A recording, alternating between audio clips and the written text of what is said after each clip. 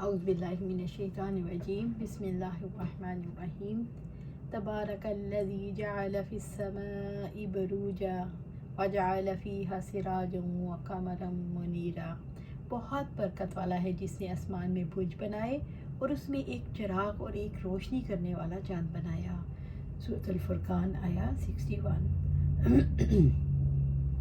اللہ تعالیٰ نے کفار کے سوال کا کہ رحمان کیا ہوتا ہے جواب دیا ہے، رحمان تو وہ ہے جس کی تخلیق کے بارے میں تم سمجھنا چاہو تو عقل تنگ رہ جائے گی، بس اتنا جان لو کہ بڑا برکت والا ہے وہ جس نے آسمان میں برج بنائے اور اس میں سورج اور چاند رکھا، اور جس نے رات اور دن کو یکے بعد دیگرے آنے والا بنایا۔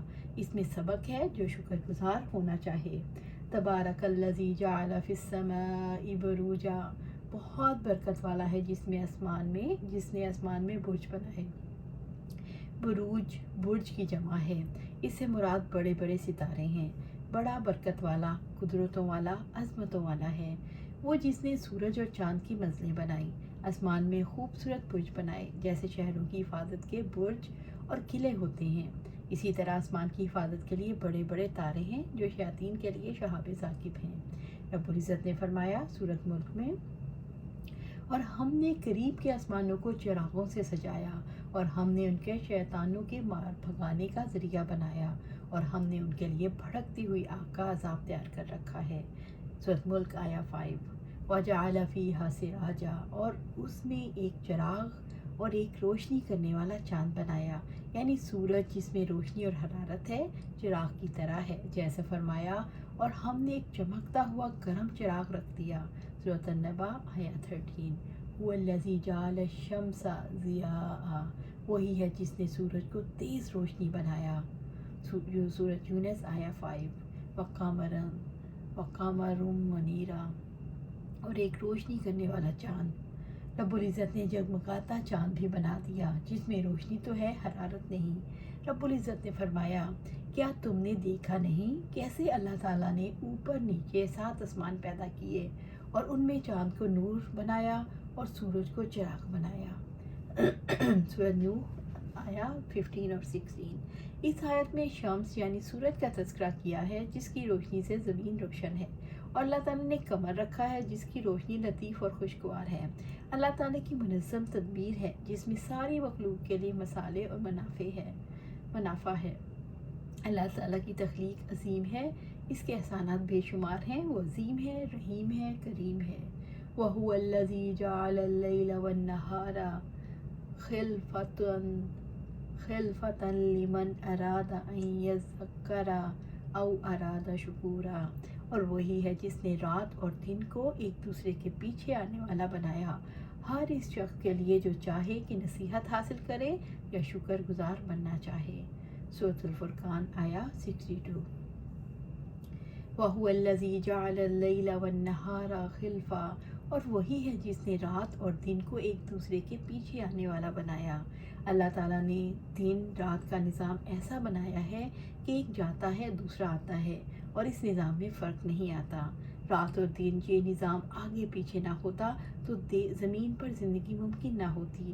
زمین اپنے محور کے گرد 24 گھنٹوں میں ایک چکر پورا کرتی ہے، اس کی رفتار 1000 میل فی گھنٹہ ہے۔ سائنس دعوت ایمان دے رہی ہے۔ کا مصنف لکھتا ہے، اگر یہ گردش 100 میل فی گھنٹہ کی رفتار سے ہو تو ہمارے رات اور دن میں 10 گنا زیادہ اضافہ ہو جائے۔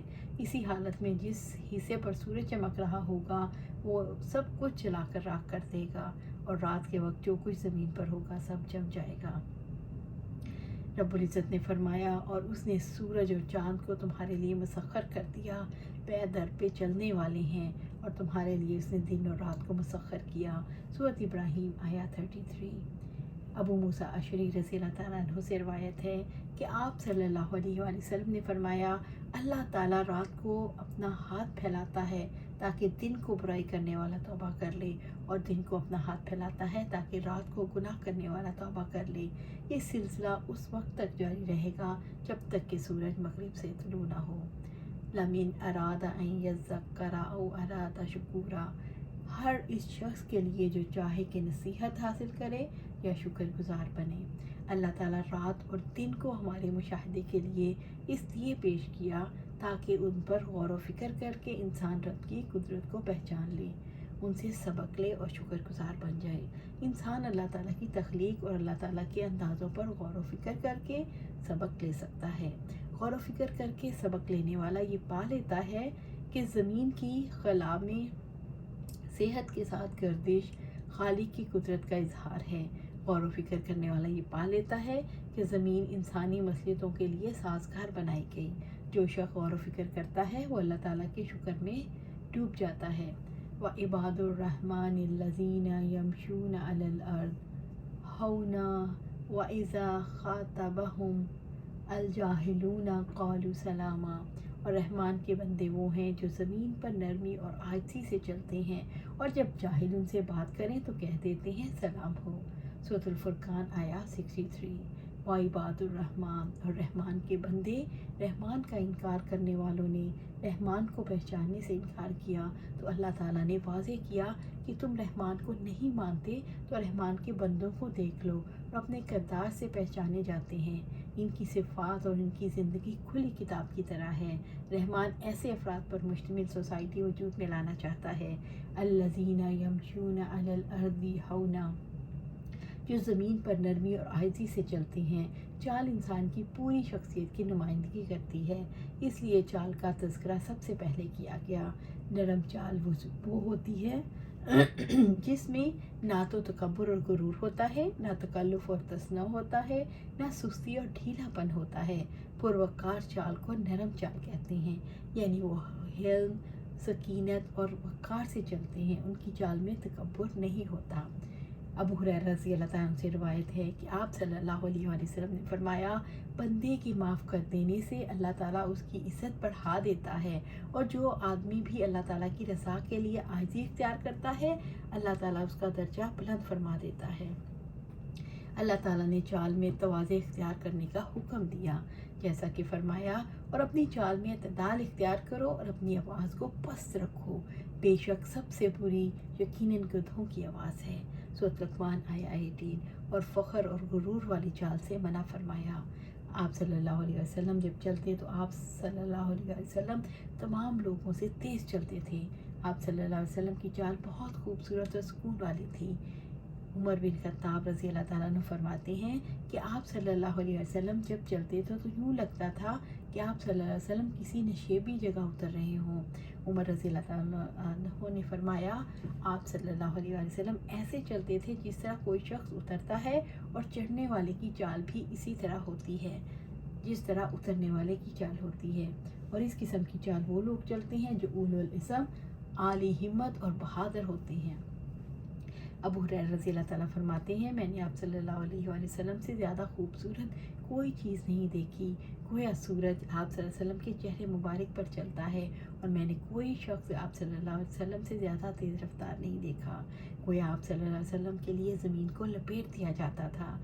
ہم تو ہر معاملے میں پریشان ہوتے تھے، لیکن آپ صلی اللہ علیہ وسلم کوئی پرواہ نہیں کرتے تھے۔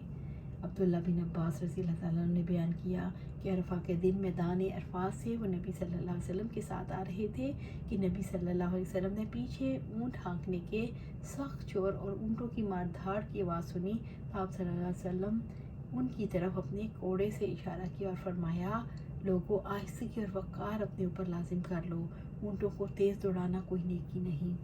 رحمان کے بندوں کے دل میں اللہ تعالیٰ کی ذات کا یقین اتر آتا ہے، اللہ تعالیٰ کی خوف کی وجہ سے ان کے دلوں میں اپنی ذات کی بڑائی کا احساس رہتا، ان کی ذات عبودیت اور بندگی کا نمونہ بن جاتی، یہی چیز ان کے اٹھنے بیٹھنے اور چلنے پھرنے میں بھی جھلکتی ہے۔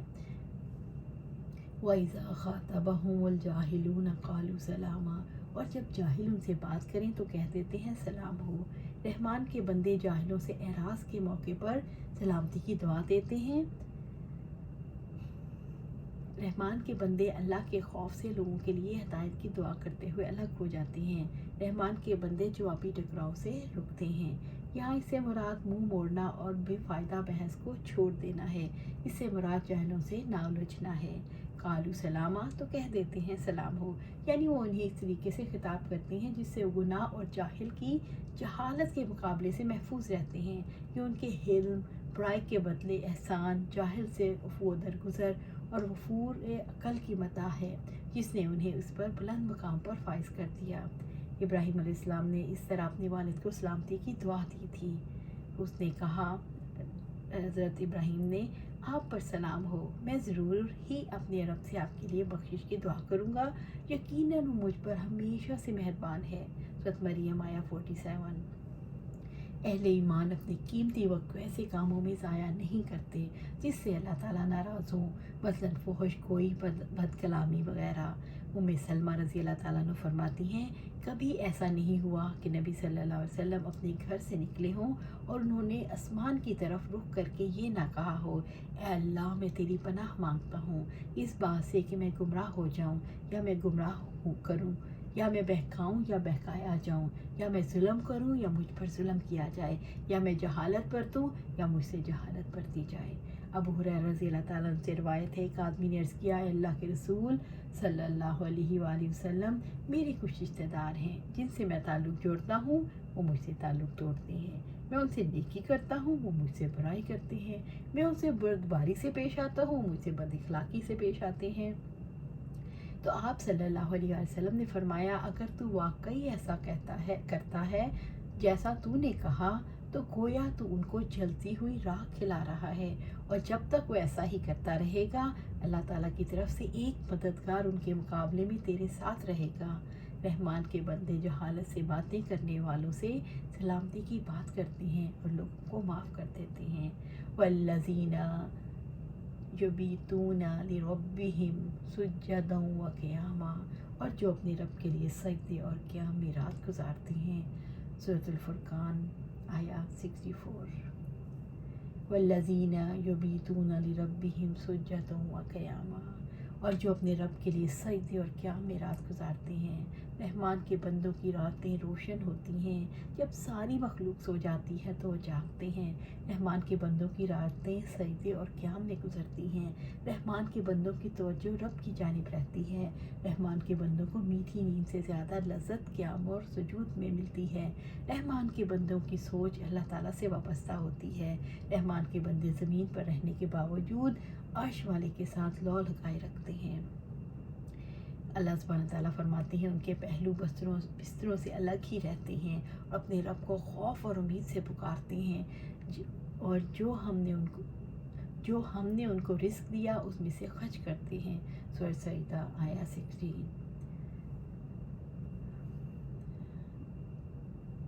آپ صلی اللہ علیہ وسلم رسول اللہ صلی اللہ علیہ وسلم کی ایک ایسی مجلس میں موجود تھا، ایک صحابی فرماتے ہیں، جس میں آپ نے جنت کی بہت تعریف فرمائی، یہاں تک کہ انتہا ہو گئی۔ پھر آپ نے اپنے بیان کے آخر میں فرمایا، جنت میں ایسی ایسی نعمتیں ہیں جن کو کسی آنکھ نے دیکھا، نہ کسی کان نے سنا، اور نہ کسی انسان کے دل پر ان کا خیال گزرا۔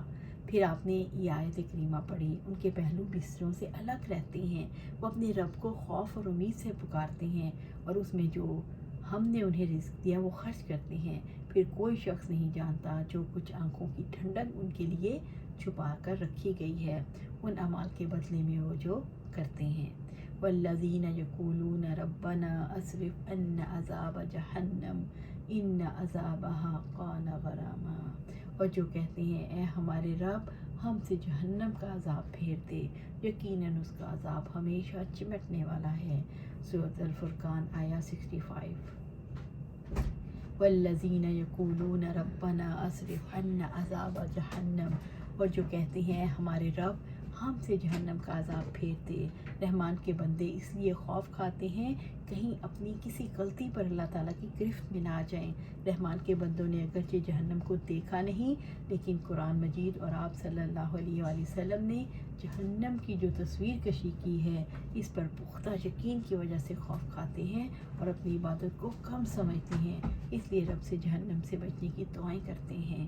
رب العزت نے فرمایا سورۃ المومنون میں، اور وہ لوگ جو دیتے ہیں، جو کچھ دیتے ہیں، ان کے دل کانپتے ہیں، بے شک وہ اپنے رب کی طرف واپس جانے والے ہیں۔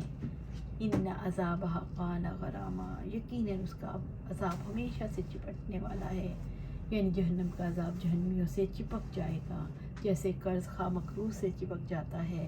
جہنم کا عذاب دائمی ہلاکت والا ہے جو اپنے اندر آنے والے کو نہیں چھوڑے گا۔ انس بن مالک رضی اللہ تعالیٰ عنہ کہتے ہیں کہ آپ صلی اللہ علیہ وآلہ وسلم نے ارشاد فرمایا جو شخص اللہ تعالیٰ سے 3 مرتبہ جنت مانگے اس کے حق میں جنت کہتی ہے یا اللہ اسے جنت میں داخل فرما دے، اور جو شخص 3 مرتبہ آگ سے پناہ مانگے اس کے حق میں آگ کہتی ہے اے اللہ اسے آگ سے بچا لے۔ اللہ تعالیٰ نے جہنم سے پناہ کی دعا سکھائی ہے۔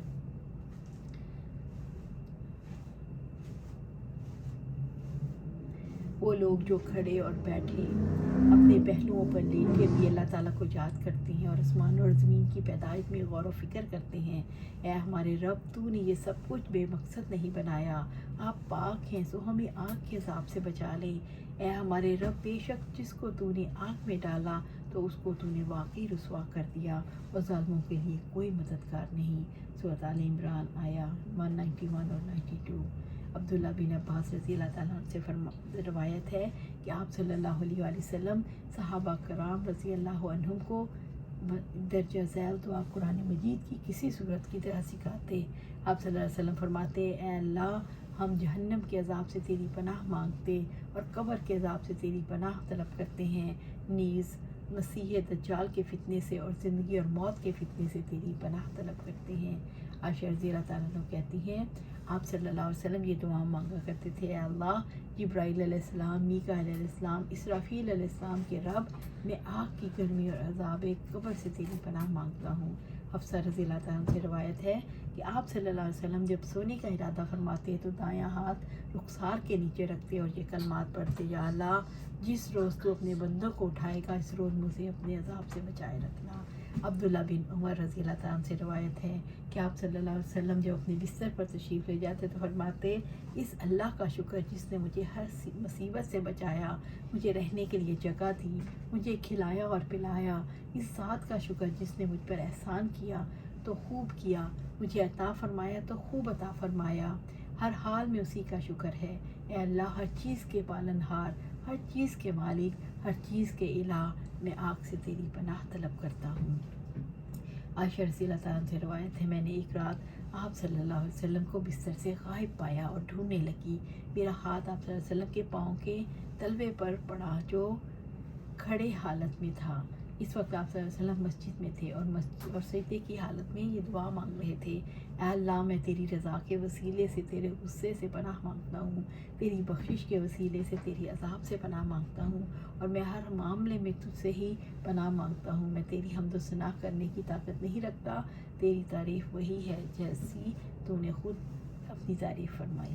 اللہ سبحانہ تعالیٰ سے دعا ہے کہ ہمیں بھی یہ دعائیں یاد رکھنے کی، اسے پڑھنے کی توفیق عطا فرما، جیسے آپ صلی اللہ علیہ وسلم رات کو تہجد میں پڑھا کرتے تھے اور اتنا ٹائم گزارتے تھے۔ اللہ سبحانہ تعالیٰ ہمیں بھی اس قابل بنائے کہ ہم بھی راتوں کو اٹھیں اور اللہ سبحانہ تعالیٰ کے لیے تہجد پڑھیں، اس میں دعائیں مانگیں۔ اللہ سبحانہ تعالیٰ اللہم اجرنا من النار، اللہم اجرنا من النار، اللہم اجرنا من النار، اللہم انا نسألک جنت الفردوس، اللہم انا نسألک جنت الفردوس، اللہم انا نسألک جنت الفردوس۔